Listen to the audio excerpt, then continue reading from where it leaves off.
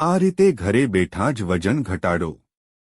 જો તમે વજન ઘટાડવા માંગતા હોવ પરંતુ દરરોજ જીમમાં જઈને ભારે વર્કઆઉટ કરી શકતા નથી તો ડેઇલી વોક એ વજન ઘટાડવાનો શ્રેષ્ઠ રસ્તો છે। આપણે 5 વિવિધ પ્રકારના વોક વિશે જાણીશું જે કેલરી બર્ન કરવામાં મદદરૂપ થાય છે। આ પદ્ધતિ સરળ પણ છે। વોકિંગ તમારા એકંદર સ્વાસ્થ્યને સુધારી શકે છે અને આ વાત ઘણા અભ્યાસોમાં પણ સામે આવી છે।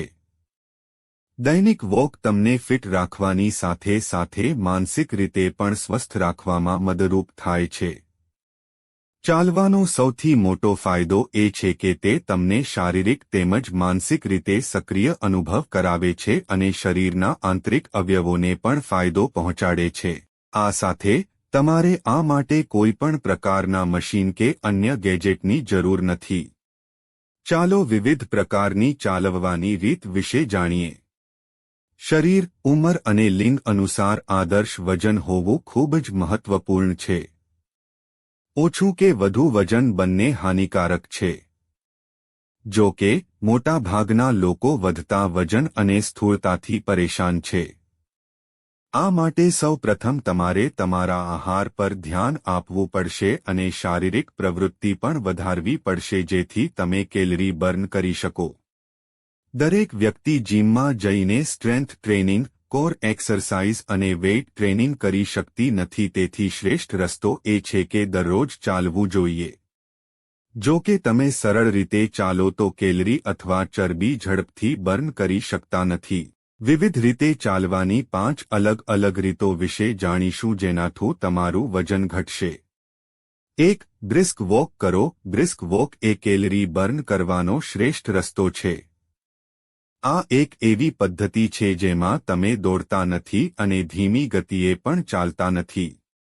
બ્રિસ્ક વોક એટલે ઝડપી પગલાં સાથે ચાલવું। દરરોજ ઓછામાં ઓછા 4 થી 5 કિલોમીટર પ્રતિ કલાકની ઝડપે ચાલો। 2. Japanese pyramid walking. તમે વજન ઘટાડવા માટે જાપાનીઝ પિરામિડ વોકિંગ પદ્ધતિને અનુસરી શકો છો। આમાં તમારે ઝડપી અને ધીમી ગતિએ વચ્ચે વચ્ચે ચાલવું પડશે। આ ચાલવાની પદ્ધતિ માત્ર કેલરી બર્ન કરવામાં મદદરૂપ માનવામાં આવતી નથી પરંતુ તે સ્ટેમિના પણ સુધારે છે। વાસ્તવમાં આ વોક હિટ એટલે કે હાઈ ઇન્ટેન્સિટી ઇન્ટરવલ ટ્રેનિંગથી પ્રેરિત છે।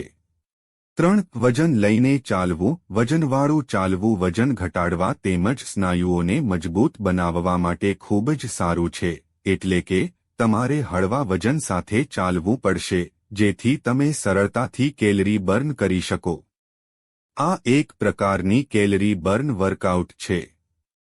આ માટે તમારે પ્રતિકાર બેન્ડ ખરીદવા પડશે। આ હલનચલનમાં પણ સુધારો કરે છે। 4. નોર્ડિક અથવા પોલ વોકિંગ। આ એક પ્રકારની શારીરિક પ્રવૃત્તિ છે જેમાં તમારે ખાસ કરીને લાકડીનો ઉપયોગ કરીને ચાલવું પડે છે। તે બરાબર ક્રોસ કન્ટ્રી સ્કીઇંગ જેવું છે। આ વોક કરવાથી વજન વ્યવસ્થાપનમાં મદદ મળે છે તેમજ તમારા સ્નાયુઓની શક્તિમાં સુધારો થાય છે, હૃદયને ફાયદો થાય છે અને તણાવ ઓછો થાય છે। આ વોકિંગ સાંધા પર પણ વધુ દબાણ લાવતું નથી। તમે તમારી ક્ષમતા અનુસાર ગતિ નક્કી કરી શકો છો। 5. તાઈ ચી વોકિંગ। વજન વ્યવસ્થાપન માટે તાઈ ચી વોકિંગ પદ્ધતિ પણ અનુસરી શકાય છે। આ એક એવી તકનીક છે જેમાં ચાલતી વખતે ગતિ ઓછી અને નિયંત્રણમાં રાખવામાં આવે છે પરંતુ તે સમયે તમારે સંપૂર્ણપણે ચાલવા પર ધ્યાન કેન્દ્રિત કરવું પડશે। આમાં વજન એક પગથી બીજા પગમાં ટ્રાન્સફર થાય છે જે સંતુલન પણ સુધારે છે અને શરીરમાં ઊર્જાનો પ્રવાહ વધારવામાં મદદ કરે છે।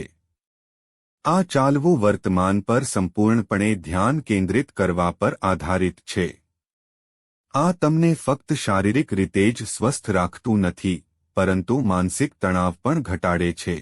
મિત્રો, જો તમને વિડિયો પસંદ આવ્યો હોય તો લાઇક કરો અને સબસ્ક્રાઇબ કરો અને બાજુમાં આપેલા બેલ આઇકન પ્રેસ કરીને ઓલ પર પ્રેસ કરજો જેથી તમને વિડિયોની નોટિફિકેશન સૌથી પહેલા મળતી રહે। અને વિડિયો છેલ્લે સુધી જોવા બદલ આપ સૌનો આભાર।